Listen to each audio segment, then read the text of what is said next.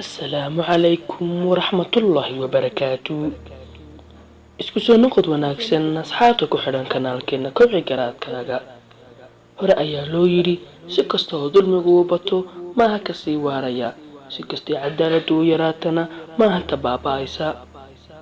Imisaa kibray oo dulmi sameeyey gacmahoogana ku qotay xabaashooda. Dadku maalinta ay dulminayaan ka daalimka ah ayaa ka xun maalinta uu daalimku dadka dulminayo. Ugaarsadihii faqiirka ahaa iyo boqorkii daalimka ahaa. Ciwaanka sheekadeena maanta haysiisar kadib ayaan idinka sheekayn doonaa.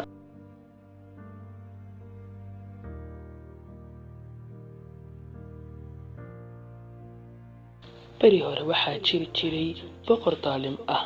Boqorkaasi wuxuu ku noolaa qasri weyn oo u dhow webi iyo kayn aad u weyn. Qasriga waxaa ku dhex taalay beer weyn oo ubaxyadu u furmeen midabyo kala duwan. Dhammaan dadku waxay ahaayeen qaar u shaqeeya inay raali geliyaan boqorkaasi. Ugaarsatadu waxay keeni jireen xayawaanada kuwa ugu fiican, kuwa wax talaayna waxay toli jireen dharka kuwa ugu quruxda badan, kuwa wax dhisaayna waxay uga dhisi jireen qasri meel kasta oo qurux badan. Ugu dambeyntii dhammaan boqortooyadu waxay ahayd mid isaga raali gelisa. Howna wuxuu sugnaaday qofka amaradiisa diida, sababtoo ah dhimashada ayaa ahayd jaysadiisa. Hareeraha boqortooyada waxaa ku noolaa wiil ugaarsada ah. Wuxuu go'aansaday inuu ka durko qasriga boqorka iyo ciidankiisa si uu uga badbaado sharkooda. Maalin maalmaha ka mid ah wuxuu u baxay ugaarsadihii si uu u soo ugaarsado. Laakiin maalinta ayaa dhammaan gaadhay isagoo aan waxba u gaadhsan. Markii uu doonay inuu gurigiisa ku noqdo, wuxuu ka baqay inuu dhulku ku madoobaado isagoo aan waxba u gaadhsan. Wuxuu arkay shimbir dur saaran laan ka mid ah laamo geed. Kadib wuxuu ku tuuray waran, wuxuuna ka dhaawacay baalkeeda, waxayna ku soo dhacday dhulka. Wuxuu u cararay dhankeeda uuna qabtay. Kadib wuxuu doonay inuu madaxa ka jaro si ay ugu fududaato inuu shandadiisa ku rido.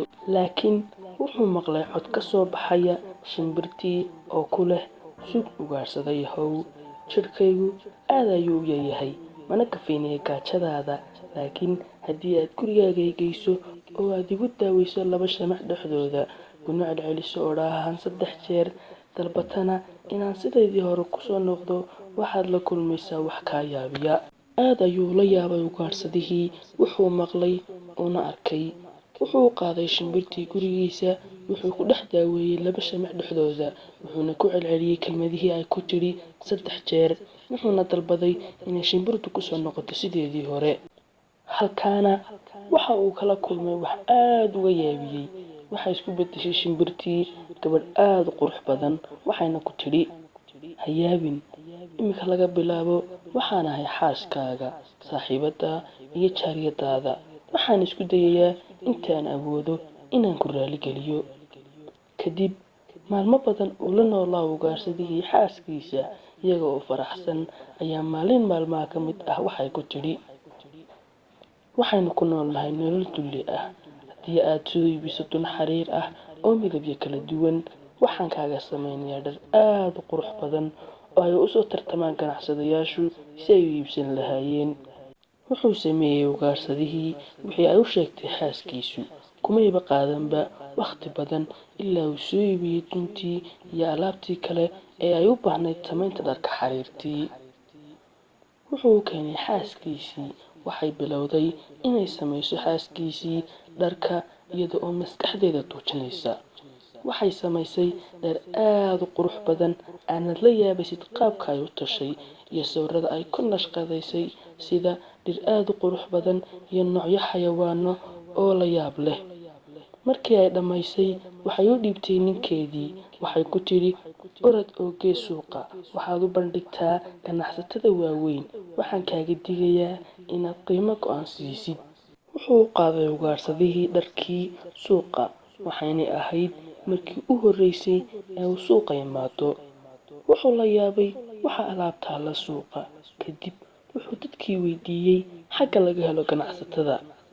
waxayna u tilmaameen goobta ay joogaan.